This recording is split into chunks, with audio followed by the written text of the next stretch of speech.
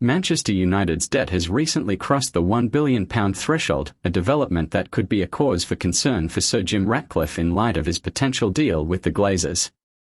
If Sir Jim Ratcliffe proceeds with acquiring full control of Manchester United, he might find himself tasked with resolving a significant financial challenge. The club's debt has surged further, with an additional borrowing of £160 million following the last financial report, which extends up to August.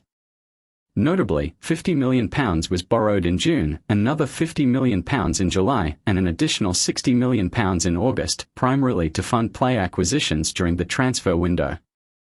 This staggering debt figure may raise apprehensions for Sir Jim as he seeks a path to full ownership at Old Trafford.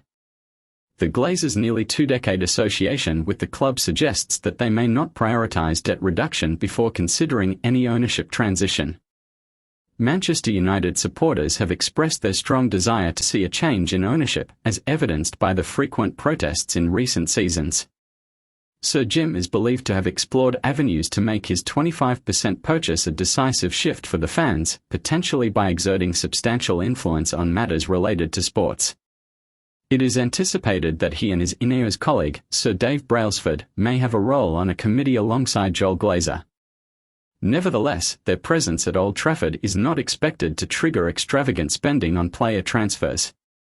Manchester United had already faced financial constraints in the summer owing to substantial expenditures in previous years by the Glazers, which brought them close to the financial fair play limits.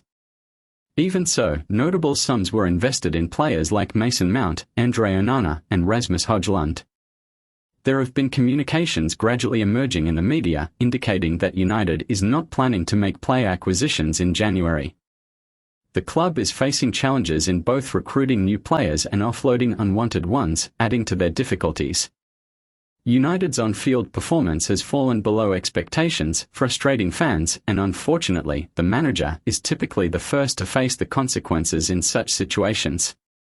The upcoming months at Manchester United promise to be intriguing as the situation unfolds.